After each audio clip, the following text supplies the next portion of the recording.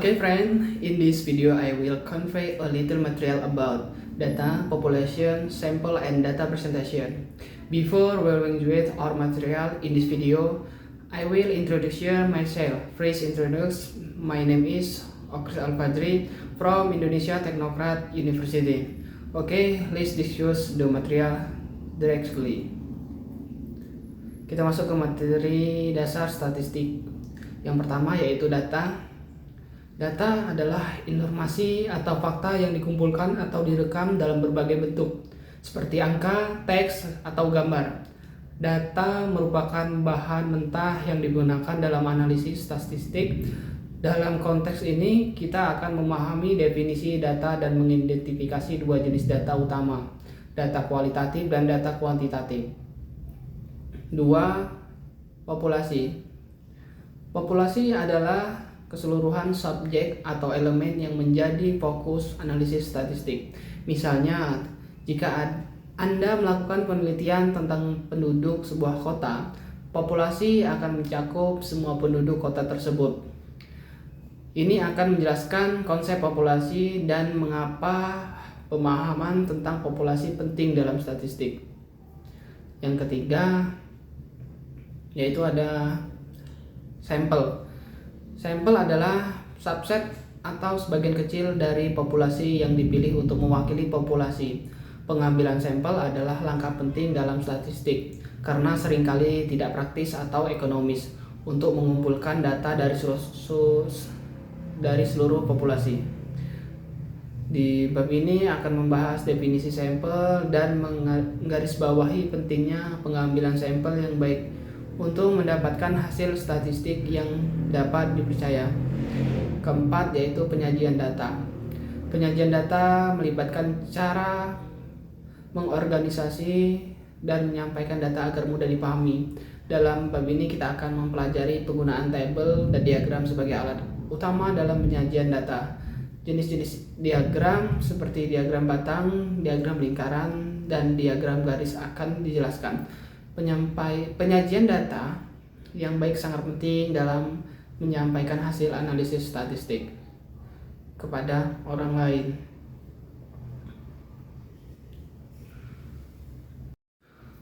Baiklah, sekarang kita bahas jenis data. Data dapat diklasifikasikan menjadi dua jenis utama, yaitu data kualitatif dan data kuantitatif.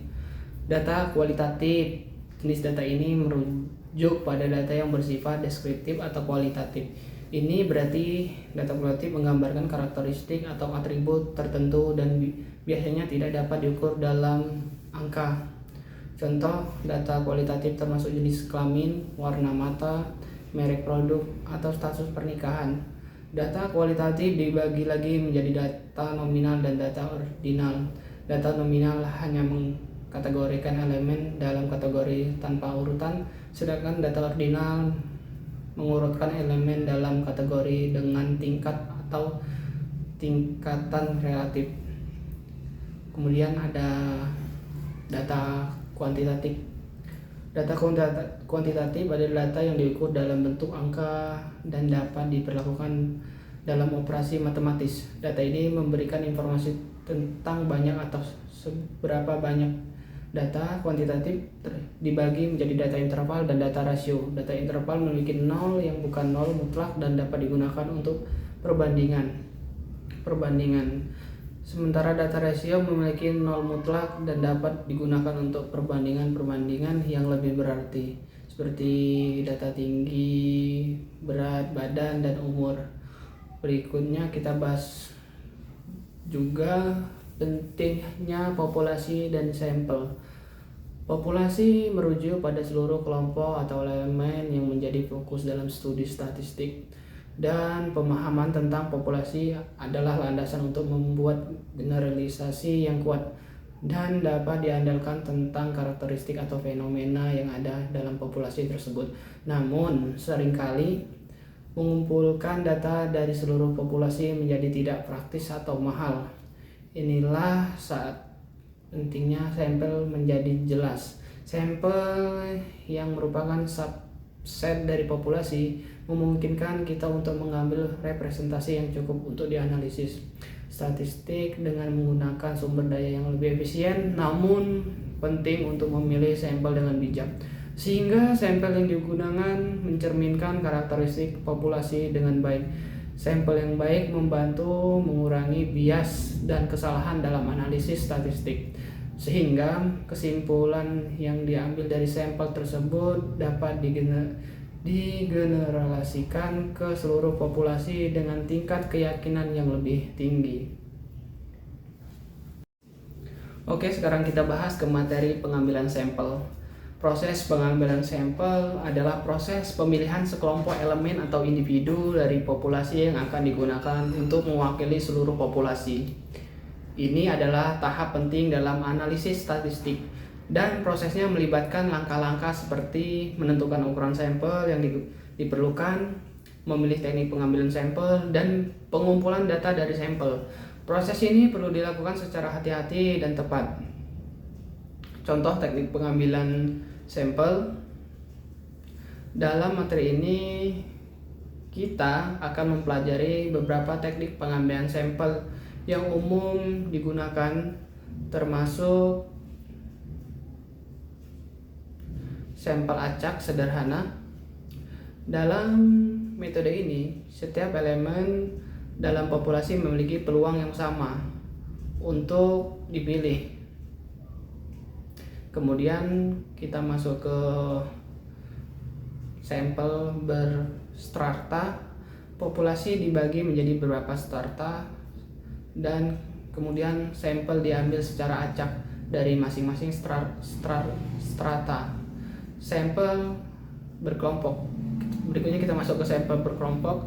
Populasi dibagi menjadi kelompok-kelompok yang lebih kecil, dan satu atau beberapa kelompok dipilih secara acak untuk menjadi sampel. Sekarang kita masuk ke materi penyajian data.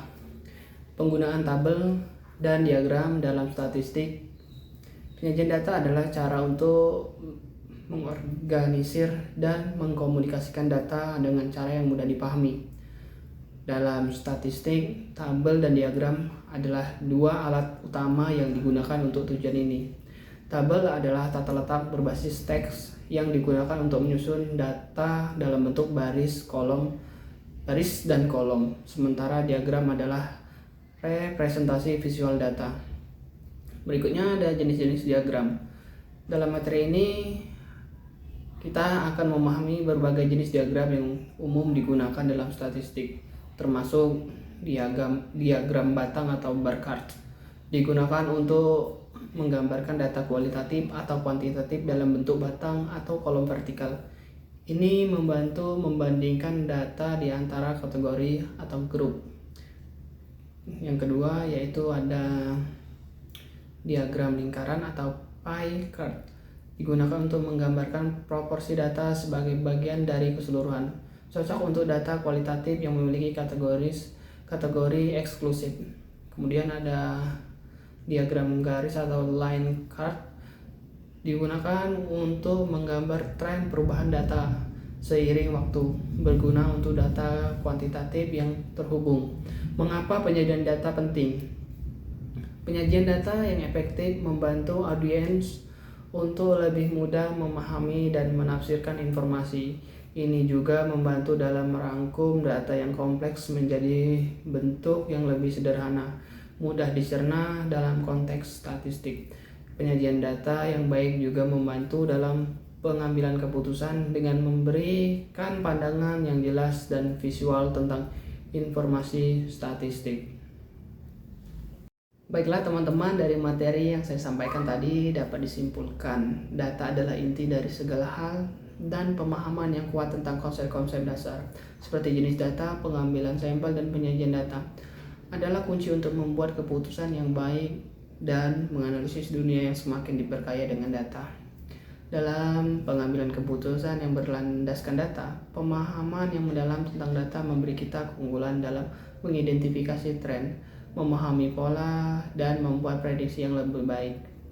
Dengan kesadaran tentang jenis data yang kita hadapi, kita dapat memilih alat analisis yang sesuai dan memanfaatkan data sebaik mungkin. Semua ini mengingatkan kita untuk terus belajar dan mengenali lebih dalam analisis statistik, karena kemampuan ini memiliki implikasi yang luas dan dapat diterapkan dalam berbagai aspek kehidupan. Okay, maybe that's all the material that I can convey.